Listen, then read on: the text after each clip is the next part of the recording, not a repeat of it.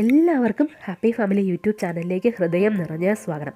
അപ്പോൾ കഴിഞ്ഞ ദിവസം ഞാൻ അപ്ലോഡ് ചെയ്ത ഗ്രിൽഡ് ചിക്കൻ റെസിപ്പി ഒരുപാട് ആൾക്കാർക്ക് ഇഷ്ടമായെന്നറിഞ്ഞതിൽ ഒരുപാട് സന്തോഷം. അപ്പം അതിലേറെ എനിക്ക് സന്തോഷം തോന്നിയൊരു കാര്യം, കുറേ ആൾക്കാർ പറഞ്ഞു നിങ്ങൾ ആ ഗ്രിൽഡ് ചിക്കൻ ഉണ്ടാക്കുന്നതിനേക്കാൾ ഞങ്ങൾക്ക് ഇഷ്ടപ്പെട്ടത് നിങ്ങൾ ഫാമിലി മെമ്പേഴ്സ് എല്ലാവരും കൂടെ ഒന്നിച്ച് ചേർന്നപ്പോൾ ഉണ്ടായ ഒരു സന്തോഷമാണ്, ഞങ്ങൾക്കത് ഫീൽ ചെയ്തു എന്ന് പറഞ്ഞു. അപ്പം അത് കേട്ടപ്പോൾ എനിക്ക് അതിനേക്കാൾ സന്തോഷം. അപ്പം ഇന്നും ഞാൻ അപ്ലോഡ് ചെയ്യുന്നത് അതിൻ്റെ ഒരു കണ്ടിന്യൂസ് പാർട്ടാണ്. അതായത് ഞങ്ങളന്ന് എല്ലാവരും കൂടെ ഒത്തുചേർന്നപ്പോൾ ഞങ്ങളൊരു കുഞ്ഞു ട്രിപ്പ് പോയി, ഒരു കുഞ്ഞു ട്രിപ്പ്. അതായത് നമ്മുടെ ഇടുക്കി ജില്ലയിൽ തന്നെയുള്ള കാൽവരി മൗണ്ട് എന്ന സ്ഥലത്തേക്കാണ് ഞങ്ങൾ ആ ട്രിപ്പ് പോയത്.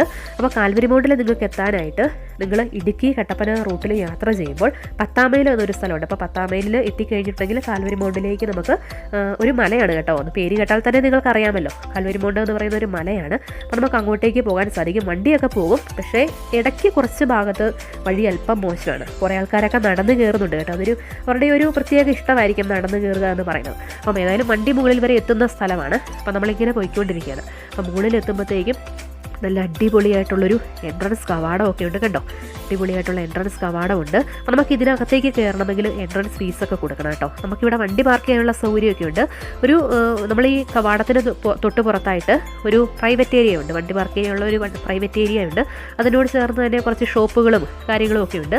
മാത്രമല്ല നമുക്ക് ഇതിനകത്തും വണ്ടി പാർക്ക് ചെയ്യാൻ സാധിക്കും. അപ്പം അകത്ത് നമുക്ക് വണ്ടി പാർക്ക് ചെയ്യണമെങ്കിൽ അതിന് സ്പെഷ്യൽ ഫീസ് കൊടുക്കണം. ഇവിടെയാണെങ്കിൽ സ്പെഷ്യൽ ഫീസ് കൊടുക്കണ്ട. അപ്പം നമ്മൾ വണ്ടിയൊക്കെ പാർക്ക് ചെയ്തിട്ട് ആ ഒരു കവാടത്തിനകത്തേക്ക് കയറാൻ പോവുകയാണ്. അപ്പം ഞാൻ പറഞ്ഞല്ലോ, ഇതിനകത്തേക്ക് കയറണമെങ്കിൽ നമുക്ക് ഫീസ് കൊടുക്കണം. അപ്പോൾ ഫീസ് എത്രയാണ് നമുക്ക് നോക്കാം.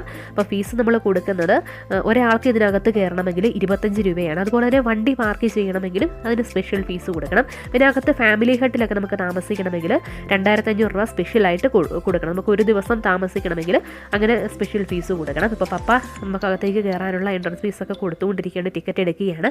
അപ്പം ടിക്കറ്റൊക്കെ എടുത്ത് നമ്മൾ അകത്തേക്ക് കയറുകയാണ്. അപ്പോൾ അകത്തേക്ക് കയറുമ്പോൾ തന്നെ അവർ ഭംഗിയായിട്ടുള്ളൊരു പൂന്തോട്ടമൊക്കെ സെറ്റ് ചെയ്തിട്ടുണ്ട്. അവിടെ കാൽവരി മൗണ്ട് എക്കോ പോയിൻ്റ് എന്നൊക്കെ എഴുതി വെച്ചിട്ടുണ്ട്. അപ്പോൾ ഇവിടെ ഒരു എക്കോ ഫ്രണ്ട്ലി ആയിട്ടുള്ള ഒരു സ്ഥലമാണ് കേട്ടോ. നമുക്കിവിടെ പ്ലാസ്റ്റിക്കുകളൊന്നും നമുക്കിവിടെ വേസ്റ്റ് കളയാൻ പറ്റത്തില്ല, നല്ല നീറ്റായിട്ട് സൂക്ഷിച്ചിരിക്കുന്ന ഒരു സ്ഥലമാണ്. അപ്പോൾ നമുക്ക് അവിടെ ഇരിക്കാനുള്ള ചെയറുകളൊക്കെ അവർ സെറ്റ് ചെയ്തിട്ടുണ്ട്. അപ്പം നിങ്ങൾ വരികയാണെങ്കിൽ ഒന്നുകിൽ അതിരാവിലെ വരിക, അധികം വെയിലാകുന്നതിന് മുന്നേ വരിക, അല്ലെങ്കിൽ ഈവനിങ് ഒരു സൺസെറ്റൊക്കെ കാണാൻ പറ്റുന്ന ഒരു ഭാഗത്തിന് വരിക. ഇടസമയത്ത് വന്നു കഴിഞ്ഞാൽ നല്ല പൊരി വെയിലാണ് കേട്ടോ, നമ്മൾ മടുത്തു പോവുകയുള്ളൂ, അധികം മരത്തണലുകളൊന്നുമില്ല.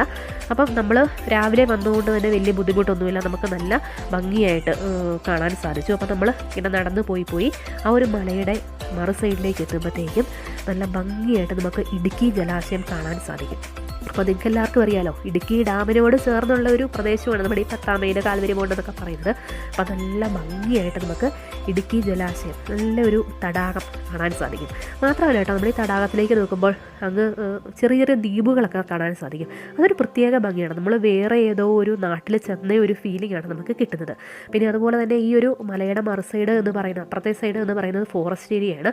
നല്ല മൊട്ടക്കുന്നുകൾ, നല്ല പച്ചപ്പായിട്ട് നിൽക്കുന്ന മൊട്ടക്കുന്നുകൾ. നമുക്ക് അങ്ങോട്ടേക്ക് പോകാൻ പറ്റിയിരുന്നെങ്കിൽ എന്ന് നമുക്ക് തോന്നും, പക്ഷേ പോകാൻ പറ്റില്ല, കാരണം ഫോറസ്റ്റ് ഏരിയയാണ്. അപ്പോൾ നമുക്ക് ഇവിടെ ഇതുപോലെ തന്നെ ചെറിയ ഹട്ടുകളൊക്കെ ഉണ്ട്. നമുക്ക് അവിടെ ഇരുന്നുകൊണ്ട് നമുക്ക് ഈ വ്യൂ ആസ്വദിക്കാൻ സാധിക്കും.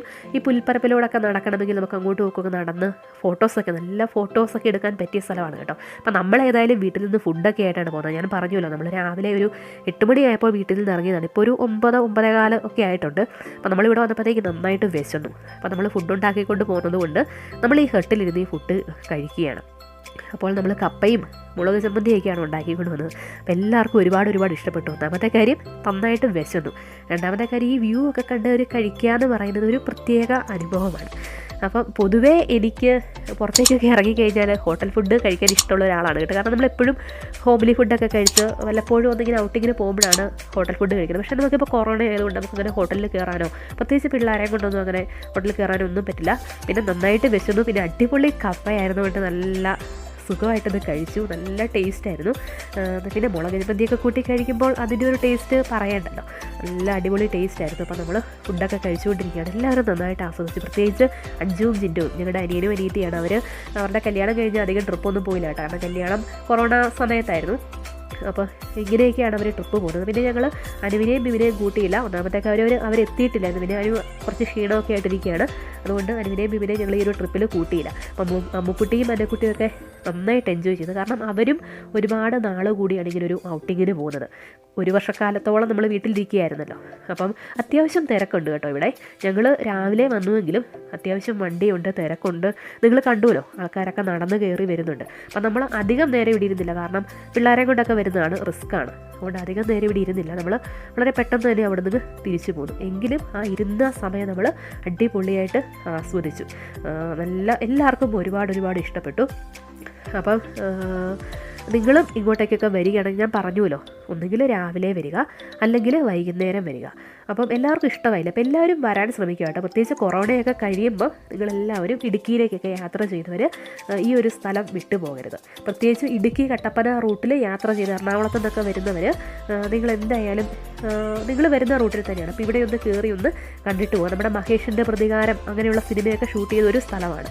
അപ്പം നമ്മൾ ഏകദേശം ഇവിടെ നിന്നൊക്കെ തിരിച്ചു പോകാറായി. അപ്പോൾ എല്ലാവർക്കും ഈ ഒരു വീഡിയോ ഇഷ്ടപ്പെട്ടു എന്ന് വിശ്വസിക്കുന്നു. ഇഷ്ടപ്പെട്ടെങ്കിൽ തീർച്ചയായിട്ടും വീഡിയോ ഒന്ന് ലൈക്ക് ചെയ്യുക. അതുപോലെ തന്നെ അഭിപ്രായങ്ങൾ കമൻറ്റായിട്ട് അറിയിക്കുക. നിങ്ങൾ ഈ ഒരു സ്ഥലത്തെക്കുറിച്ചുള്ള കാര്യങ്ങളൊക്കെ മറ്റുള്ള കൂട്ടുകാരിലേക്കും കൂടെ ഒന്ന് ഷെയർ ചെയ്ത് കൊടുക്കുക. അപ്പോൾ നമുക്ക് തൊട്ടടുത്ത ദിവസം തന്നെ മറ്റൊരു വീഡിയോയുമായിട്ട് കാണാം. അതുവരേക്കും എല്ലാവർക്കും ഒരുപാട് നന്ദി.